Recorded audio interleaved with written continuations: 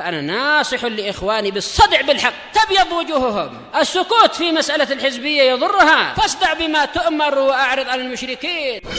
سلامي على دماج ورجالها والشيخ يحيى ودار العلم يا سعد بانيها. بسم الله الرحمن الرحيم. الحمد لله حمدا كثيرا طيبا مباركا فيه كما يحب ربنا ويرضاه. أشهد أن لا إله إلا الله وحده لا شريك له وأشهد أن محمدا عبده ورسوله صلى الله عليه وعلى آله وأصحابه ومن تبعهم بإحسان إلى يوم الدين. أما بعد. Pertemuan yang lalu kita selesai dari masail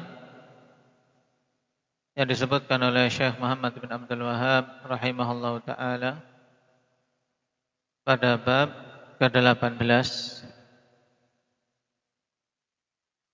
Dan sekarang kita masuk pada bab ke-19 yang memiliki hubungan erat dengan bab sebelumnya. Bahkan bisa dikatakan ini merupakan perincian dan pemberian contoh bentuk hulu terhadap orang-orang saleh. Kata Syekh Muhammad bin Abdul Wahhab An-Najri rahimahullah, bab ma jaa fi at-taghlidhi fi man 'abadallaha 'inda qabri rajulin salihin fa kaifa idza 'abadah. Bab menerangkan tentang dalil-dalil yang datang berisi kecaman keras. At-taghlidh bermakna at-tasydid, yaitu peringatan keras, kecaman keras kepada siapa? Fi man 'abadallaha 'inda qabri rajulin salih, pada orang-orang yang beribadah kepada Allah di sisi kubur orang saleh.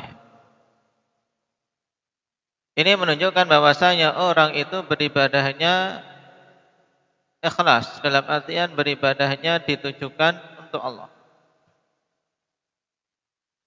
Karena abadallah, orang ini beribadah pada Allah, ditujukannya kepada siapa? Kepada Allah, tapi dilakukan di sisi kubur orang saleh. Ini datang peringatan keras, datang kecaman keras di dalam syariat kita. Fa kaifa idza abada. Terus bagaimana kalau dia mengibadahi penghuni kuburnya? Tentu kecaman lebih keras lagi.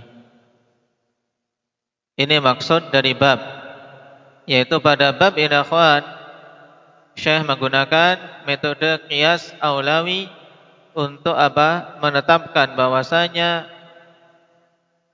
peribadatan para pemuja kubur itu jauh-jauh lebih keras peringatannya. Kalau sekedar menentukan tempat di sisi kubur orang-orang soleh, dijadikan sebagai tempat untuk beribadah kepada Allah, ini saja ada kecaman, ada peringatan. Apalagi kalau sampai beribadah kepada penghuni kuburnya. Nah, berarti akhwan, kesesuaian bab ini dengan bab sebelumnya sangat jelas, karena pada bab ini disebutkan sebagian dari bentuk hulu. Nah, bahwasanya bentuk hulu kepada orang saleh adalah apa? Dengan beribadah di sisi kuburnya. Tayyib. Dan ini datang peringatan keras di dalam syariat kita.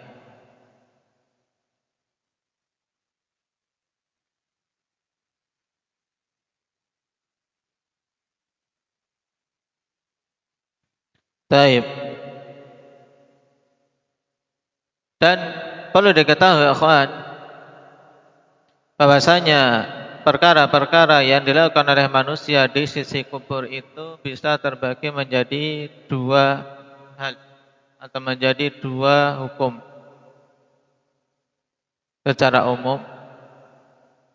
Yang pertama masyru'un dan yang kedua mamnu. Yang masyru' yang bagaimana? Yang masyru' huwa ziyaratuha min ghairi syaddi rahlin. Nah, yang dilakukan di sisi kubur yang disyariatkan yaitu apa? Menziarahi kubur. Tapi dengan catatan tanpa melakukan safar. Yaitu apa? Tanpa ada syaddur rihal. Ini syarat pertama. Untuk ziarah kubur itu masyru' apa? Nah, min ghairi syaddi rahlin. Kemudian syarat kedua dari sisi tujuannya. Tujuannya litadzakkuril akhirah wa lidu'ain li ahliha. Walid du'ai li ahliha. Tujuannya untuk mengingatkan kepada kampung akhirat ini bagi apa? Bagi si peziarah. Dan tujuan kedua untuk mendoakan penghuni kuburnya. Ini perbuatan baik untuk penghuni kubur. Saya perhatikan sisi yang masyru' ini. Jadi untuk melakukan suatu amalan di sisi kubur yang masyru', nah bentuknya apa? Akmal ziarah kubur. Itu yang disyariatkan. Ziarah kubur. Nah, taib. Tapi dengan syarat yang pertama apa? Tadi Zaki?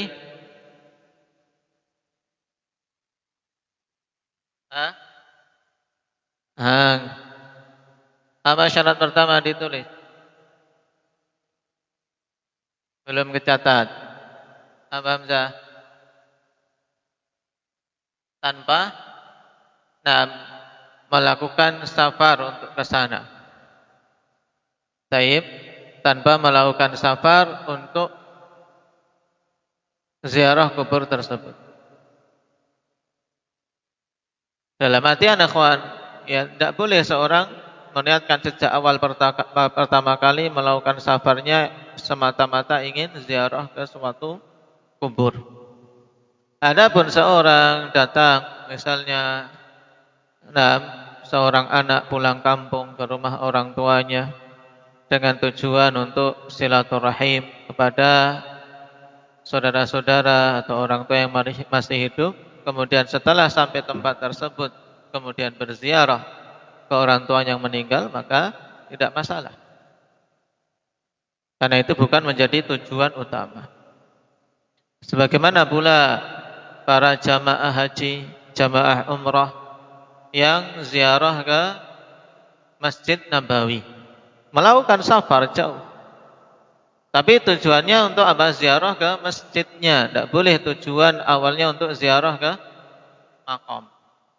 Tidak boleh ziarah ke makam Nabi kita Muhammad sejak awal pertama kali safar. Adapun kalau sudah sampai di Madinah, sudah sampai di Masjid Nabawi dan dia ingin berziarah, maka itu masyru'. Ini syarat pertama, min ghairi syaddi rahlin. Kemudian syarat kedua apa? Syarat kedua, Indang Abdullah.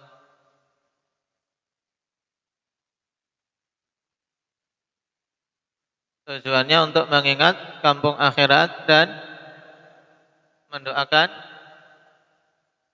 kebaikan bagi si penghuni kubur yang diziarahi. Taib.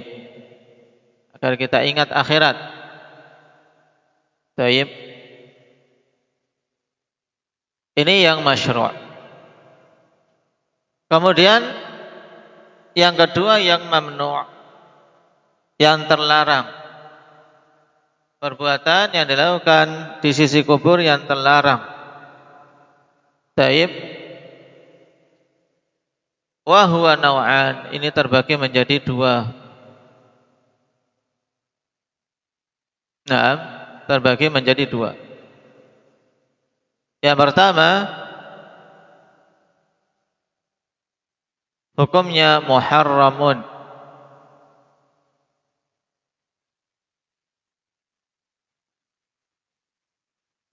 Wa wasilatun lisyirk. Hukumnya diharamkan dan itu merupakan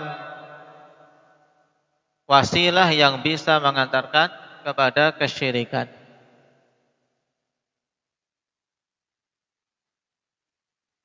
Seperti salat di sisi kubur, kas salati indaha, salat di sisi kubur.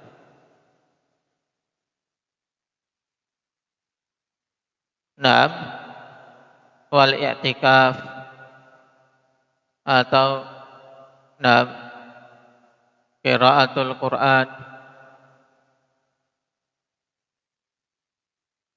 Naam, di sisi kubur dengan keyakinan di situ lebih utama atau lebih berbarokah, maka ini muharram dan merupakan wasilah menuju kesyirikan.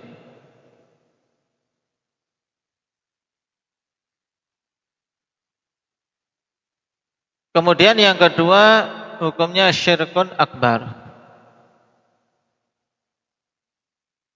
Kadu'ai ahlil kubur, seperti berdoa minta kepada penghuni kubur. Naam, ya wali fulan urzuqni, misalnya, wahai wali fulan beri aku rezeki. Wahai wali fulan lancarkanlah bisnisku, lancarkanlah urusanku, mudahkanlah untuk dapat keturunan misalnya. Ini apa? Hukumnya apa? Hukumnya apa? Alif, syirik akbar. Nah, hukumnya syirik akbar. Juga istighatsah bi ahlil kubur, minta pertolongan jalan keluar dari kesulitan kepada penghuni kubur. Dan seterusnya dari permintaan kebutuhan-kebutuhan kepada penghuni kubur. Nah,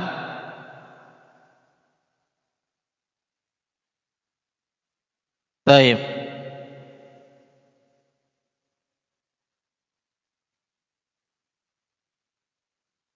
Ini perincian hukum, ikhwan. Ada yang masyru', kemudian mamnu'. Yang mamnu' ada yang merupakan wasilah kesyirikan dan yang merupakan syirik akbar. Sekarang kita masuk pada adilah yang dibawakan, karena Imam As-Sa'di rahimahullah ta'ala menyebutkan pada ta'liq bab ini dengan bab setelahnya jadi satu, sehingga kita akhirkan sampai pada bab setelahnya.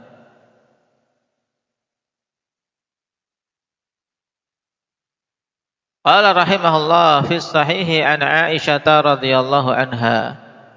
Maksudnya sahihain, yaitu Sahih Bukhari dan Muslim. Anna Umma Salamah dzakarat li Rasulillah sallallahu alaihi wasallam kanisatan ra'atha bi ardil Habasyah wa ma fiha min aswar. Bahwasanya Ummu Salamah, istri Nabi sallallahu alaihi wasallam, menyebutkan kepada Rasulullah sallallahu alaihi wasallam tentang gereja yang dia lihat di negeri Habasyah dulu ketika beliau berhijrah ke sana. Nah, karena Ummu Salamah ikhwan termasuk di antara sahabiyah yang ikut berhijrah ke Habasyah bersama dengan suaminya. Kemudian tatkala suaminya wafat, yaitu Abu Salamah, Nabi sallallahu alaihi wasallam menikahinya. Baik. Kemudian mengkabarkan kepada Nabi sallallahu alaihi wasallam apa yang beliau lihat ketika di Habasyah, di akhir-akhir kehidupan Nabi, yaitu ketika Nabi sallallahu alaihi wasallam mengalami sakit yang menjadi sebab beliau wafat.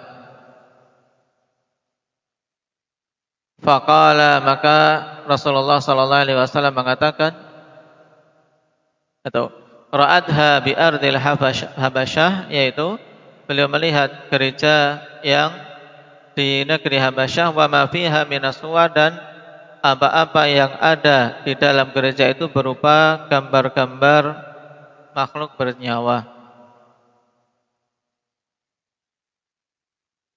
Nah, dan suar di sini akan mencakup tadi gambar, baik itu lukisan, ya, gereja, lukisan Yesusnya berupa lukisan, nah, ataupun yang berupa pahatan relief yang dipahat, atau berupa patung, mencakup semua keumuman makna as-suwar. Yang dimaksud suwar dawatil arwah. Nah, orang soleh mereka, terutama patung Yesus biasanya. Nah, maka faqala Nabi sallallahu alaihi wasallam,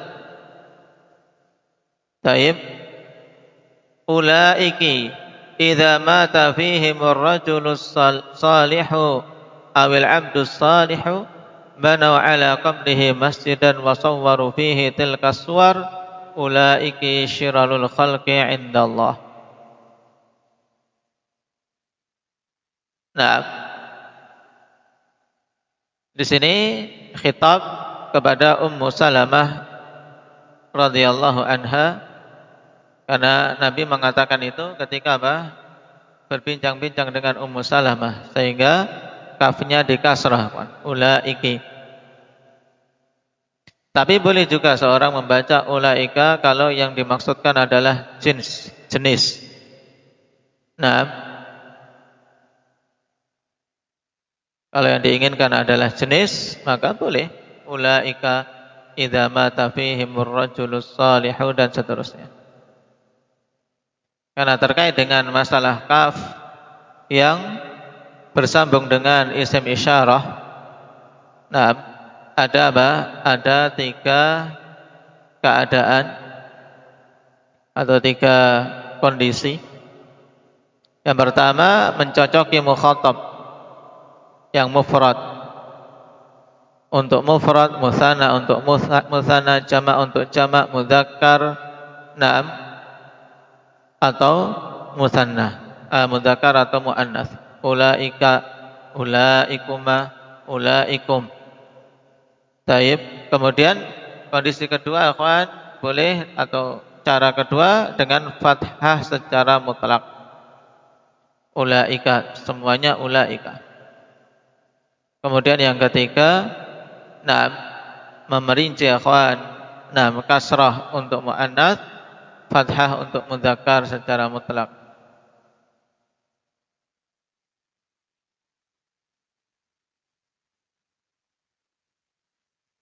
Taib. Dan yang paling masyhur dari 6 pilihan tadi, yaitu yang pertama mutabiq lil mukhatab, mencocoki mukhatabnya, kemudian fathah secara mutlak, kemudian apa? Fathah untuk mudzakkar dan kasrah untuk muannats secara mutlak, tanpa memperhatikan na'am musanna, jamak atau mufradnya. Taib. Nah, Nabi sallallahu alaihi wasallam mengatakan ulaiki, mereka itu yang dimaksud siapa? Ulaiki yang dimaksud siapa? Orang-orang Nasara. Mereka itu idza mata fihimur rajulus salih, apabila mati di tengah-tengah mereka seorang yang saleh, awil abdus salih, atau seorang hamba yang saleh. Ini ada syak dari perawi. Jadi au di sini li syak, bukan li takhyir, bukan pilihan. Maksudnya mereka itu kalau ada orang saleh mati di tengah-tengah mereka, dan orang saleh Makna soleh apa? Dikatakan soleh itu bagaimana? Indak Adnan. Orang dikatakan soleh itu bagaimana? Jangan ditutupi mulutnya, kalau menjawab kedengar. Nah, yaitu orang yang menunaikan hak Allah Subhanahu wa taala dan hak hambanya. Baik. Nah, kalau ada orang soleh mati di tengah-tengah mereka, banau ala qabrihi masjidah. Mereka membangun di atas kuburnya masjid. Wa sawwaru fihi tilka suwar, dan mereka pun membuat gambar-gambar padanya sebagaimana gambar-gambar yang dilihat oleh Ummu Salamah tersebut, yaitu gambar dari rajul soleh tadi. Wa sawwaru fihi tilka suwar, yaitu di masjid yang dibangun di atas kubur. Masjid di sini maksudnya tempat ibadah mereka. Paham? Dibangun di atas kubur itu tempat ibadah mereka. Nah, kemudian dibuat gambar-gambarnya. Baik.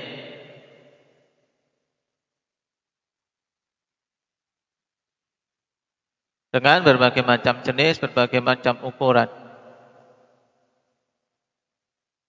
Kemudian Nabi katakan, ulaika syirarul khalqi indallah, atau ulaiki syirarul khalqi indallah. Mereka itu adalah seburuk-buruk makhluk di sisi Allah Subhanahu wa taala.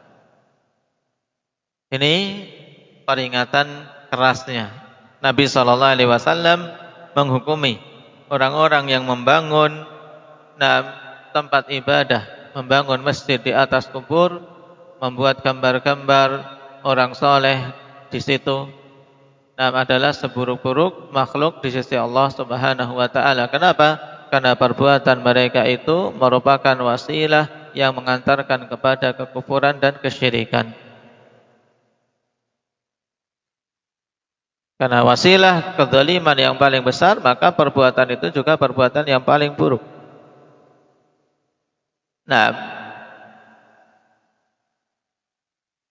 Qala Syekh Muhammad bin Abdul Wahhab rahimahullahu taala, fa haula'i jama'u bainal fitnatain, fitnatil qubur wa fitnatit tamathil.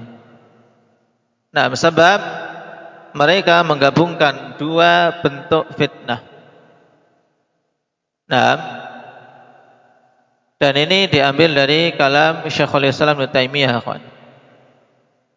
dan banyak Syekh Muhammad bin Abdul Wahhab menukil kalam Syekhul Islam Ibnu Taimiyah, bahkan juga terkadang azu yang keliru pun diikuti oleh Syekh Muhammad bin Abdul Wahhab, sebagaimana telah kita lewati kemarin pada pembahasan hadis hulu, ya kan? Hadis Umar radhiyallahu anhu. Mereka mengumpulkan dua fitnah, fitnatul kubur, maksudnya fitnah terkait kubur yang menjadikan manusia terjerumus dalam fitnah dengan membangun masjid di kubur. Kemudian fitnatut tamathil, dikarenakan mereka menggambar orang-orang soleh tersebut. Dikatakan oleh Syekh bin Utsaimin rahimahullahu taala, wa inna ma summiya dzalika fitnatan li'annaha sababun li saddin nasi 'an dinihim, wa kullu ma kana kadzalika fa innahu minal fitnah. Ini faedah bagus. Kenapa disebut fitnah? Karena ungkapan fitnah, kawan, ini macam-macam maknanya, penggunaannya. Terkadang fitnah sebagai ujian. Dan terkadang makna fitnah adalah tuduhan batil. Dan di sini dinamakan fitnah. Kenapa?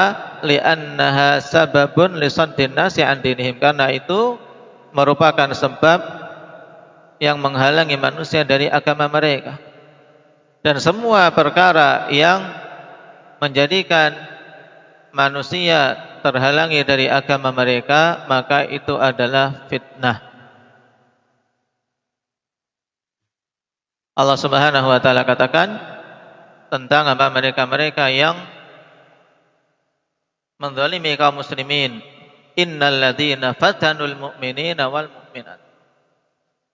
Orang-orang yang memfitnah kaum mukminin dan mukminat, maksudnya apa? Menghalangi kaum mukminin dan mukminat dari agama mereka dengan melakukan hal-hal yang menjadikan mereka terhalangi dari agama Allah Subhanahu wa taala.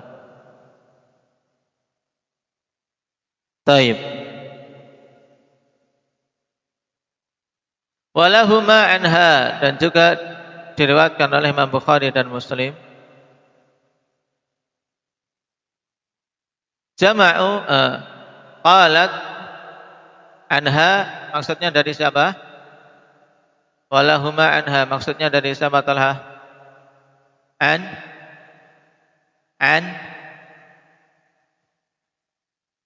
Ummi Salamah atau an Aisyah?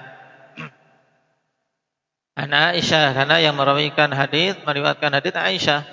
Aisyah menceritakan tentang kisah Ummu Salamah di hadis yang pertama.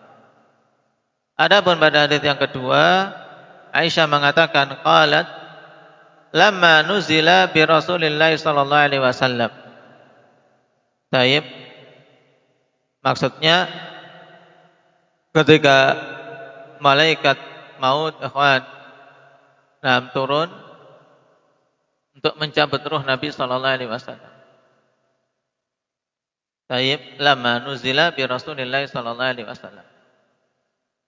Ketika diturunkan pada Rasul sallallahu alaihi wasallam malakul maut, tafiqa yatrahu khamisatan lahu ala wajhih. Tafiqa telah kita lewati dulu dalam pembahasan awamil, termasuk dalam af'alus syuru'. Yaitu memulai.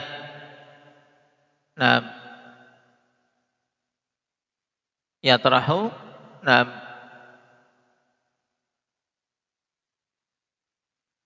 sebagai fi'il fa'il, sebagai khabar. Isim dari tafiqa mustatir. Tafiqa huwa yatrahu khamisatan lahu ala wajhih.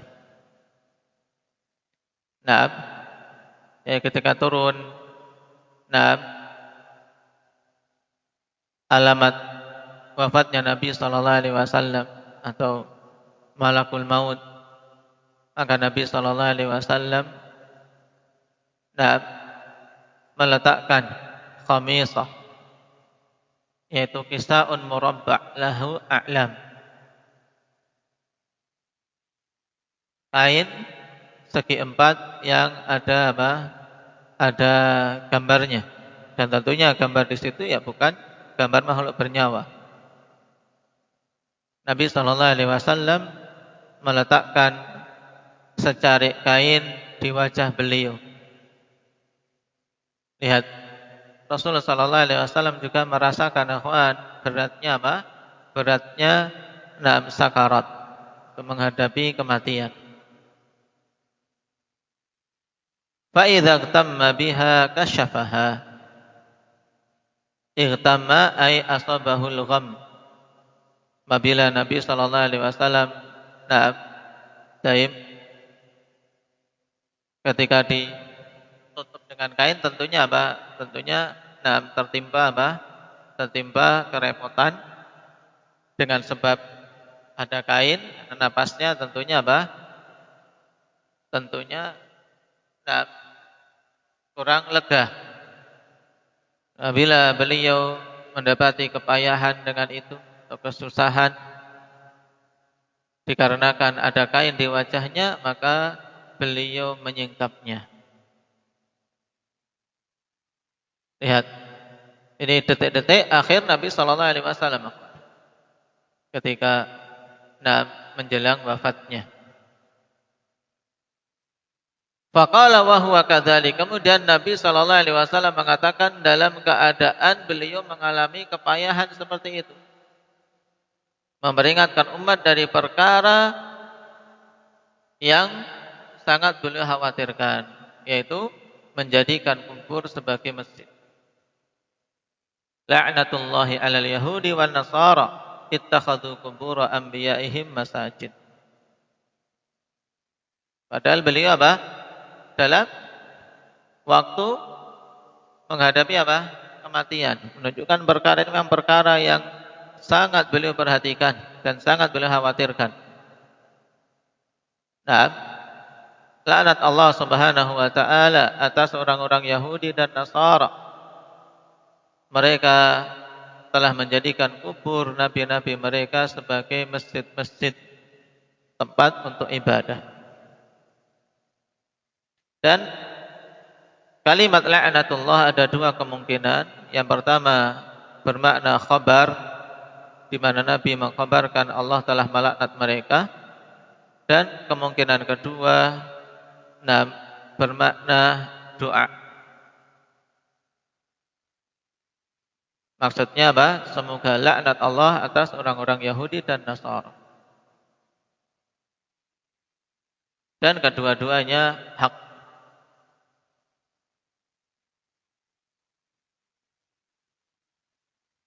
Ittakhadhu qubur anbiya'ihim masajid. Ini jumlah untuk menjelaskan kenapa mereka pantas untuk dilaknat, atau kenapa mereka mendapatkan laknat jika yang diinginkan adalah kalimat khabariyah. Nah, dikarenakan mereka menjadikan kubur para nabi mereka sebagai masjid. Nah, taib, dan menjadikan kubur sebagai masjid tidak harus bangunan, tidak harus bangunan.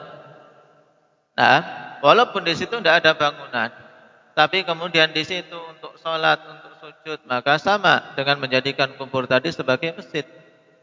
Maka makna bagus dari Syekh Ibnu Utsaimin, nah, taib, ai amkinatan lisujud sawa'un banau masajid am la yusalluna wa ya'buduna Allah ta'ala fiha ma'annaha mabniyatun 'alal qubur. Itu mereka menjadikan kubur para nabi-nabi mereka sebagai masjid, maksudnya sebagai tempat untuk sujud. Sama saja apakah mereka membangun bangunan masjid ataukah tidak berupa bangunan masjid. Mereka salat dan beribadah kepada Allah di sana, nah, bersamaan dengan tempat itu dibangun di atas kubur.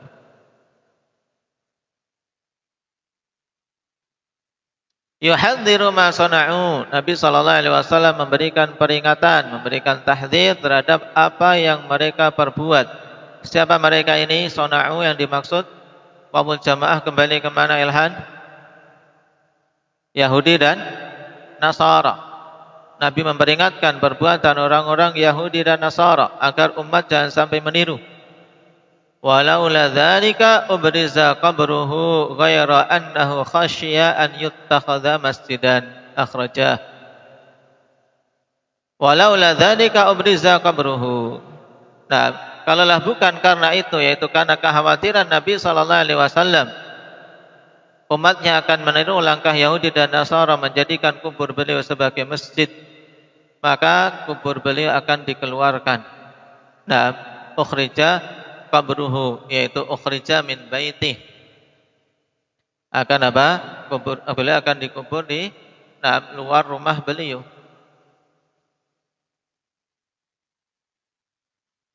Nah, ini di antara hikmah kenapa kubur Nabi di rumah beliau. Nah, taib, laula dzalika ubriza qabruhu, kalau bukan karena kekhawatiran tersebut, nah, maka kubur Nabi akan letakkan di luar, yaitu sebagaimana para sahabat yang lain dikubur di Baqi' misalnya. Nah, tidak di Hujrah Aisyah. Akan tapi karena kekhawatiran tadi dan rumah Nabi lebih terjaga, karena tidak akan ada yang berani, lebih terjaga, dan itu menjadi hak beliau karena tempat beliau. Taib. Dan juga karena beliau sendiri telah menegaskan bahwasanya para nabi ya kuburnya di tempat di mana beliau wafat.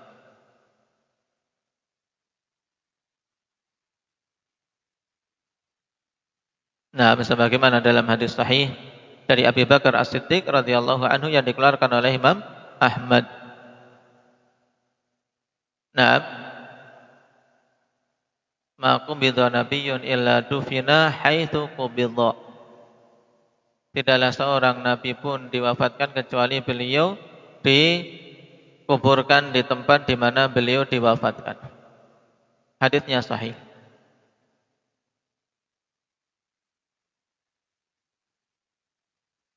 Nah, dan tidak ada penghalang untuk suatu hukum memiliki beberapa sebab.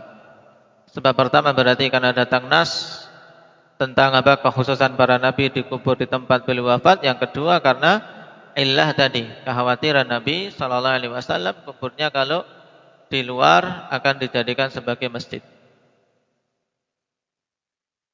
Ghaira annahu khusya an yuttakhadha masjidan, hanya saja Nabi SAW khawatir kuburnya itu dijadikan sebagai masjid. Nah,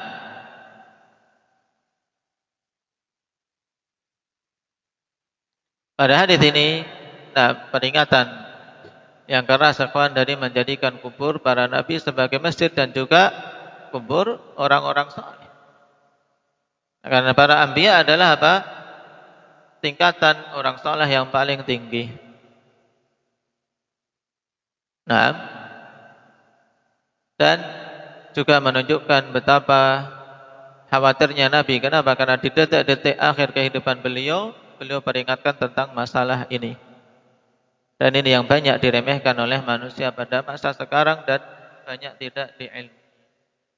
Allahul musta'an. Nasallallahu al-afiyata wassalamah walhamdulillahi rabbil alamin.